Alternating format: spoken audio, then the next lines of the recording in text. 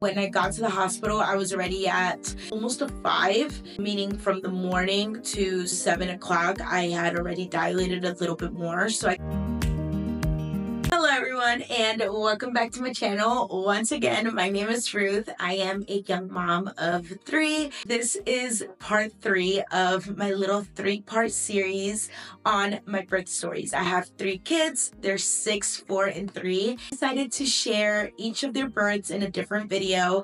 That way I have them for memories for when they're older. They can always look back at them, as it's always fun to look back and just being at a different stage of life now and looking back, it makes it all that more beautiful. So thank you guys so much for joining. I want to talk today about Madison's birth stories. Madison's birth story was a lot more different than Leah's and Jeremiah's. If you saw the other videos, you saw that Leah's birth was very scary, very traumatic. And Jeremiah's birth was very crazy, hectic, and fast. And Madison's is going to be more of a relaxing, beautiful overall birth story.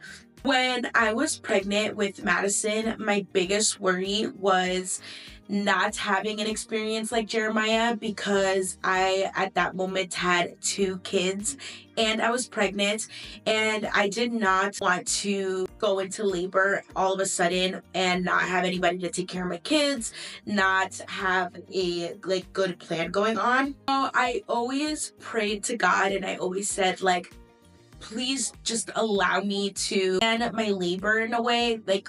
I know that you can't really do that, but I always wanted to just go into my labor calmly and knowing that my other 2 children were going to be okay.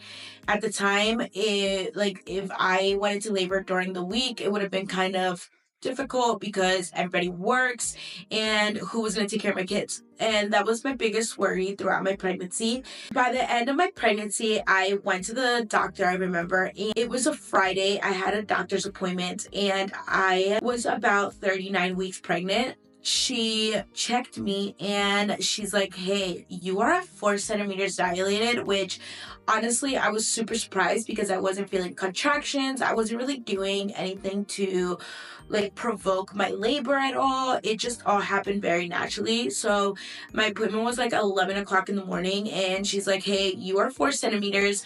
Now, you have 2 options. We can either induce you today at 4, and it being your 3rd pregnancy, we probably don't even have to do much, just probably break your water, and that's it.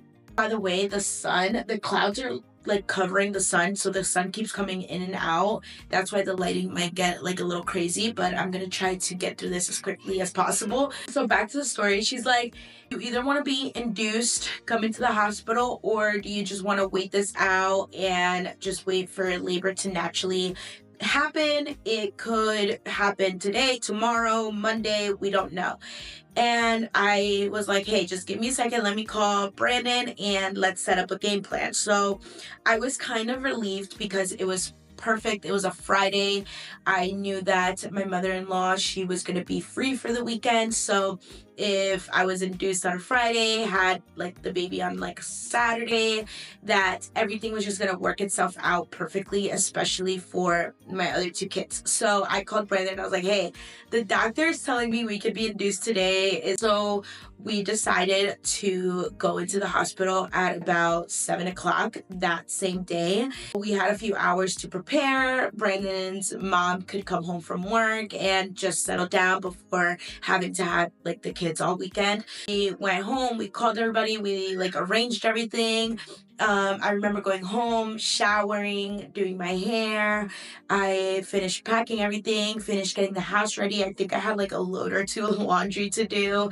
Just the nesting of it all, having just everything. You want everything to just be perfect and ready for when you come home with the new baby. Just spending those extra few hours with you, my other 2 kids. It was just all so beautiful and almost I feel perfect.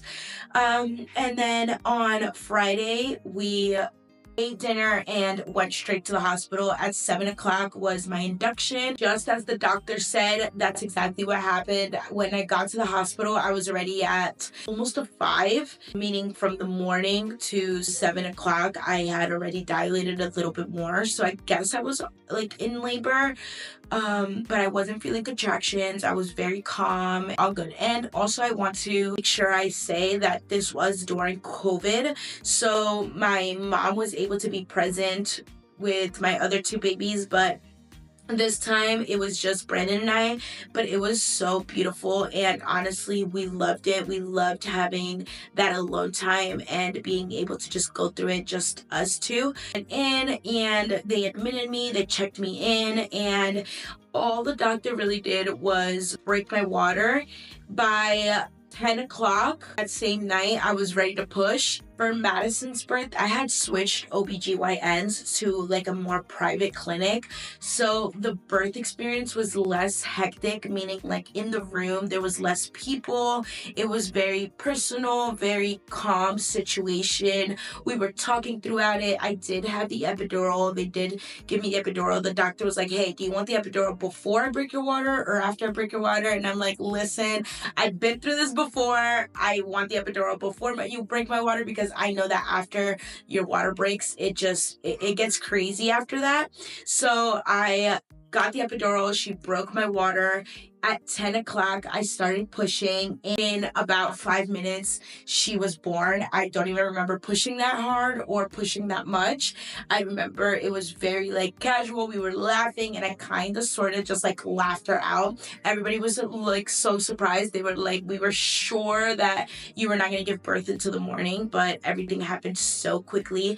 And what I loved the most about Madison's birth was how calm and how like perfect timing everything was. And honestly, I just couldn't thank God enough, because it was exactly what I asked for. I had mentioned in the last video how I kind of manifested each birth exactly the way it was, and I'm so happy that like for each stage of like my life that I was in, I wanted a certain type of birth, and that's exactly what I was given.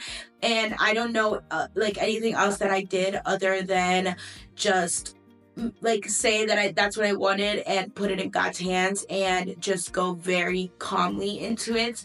But again, I gave birth. It was beautiful. I remember posting on Instagram like, hey, I'm at the hospital, and then a couple minutes later, like, hey, she's born, which was really funny.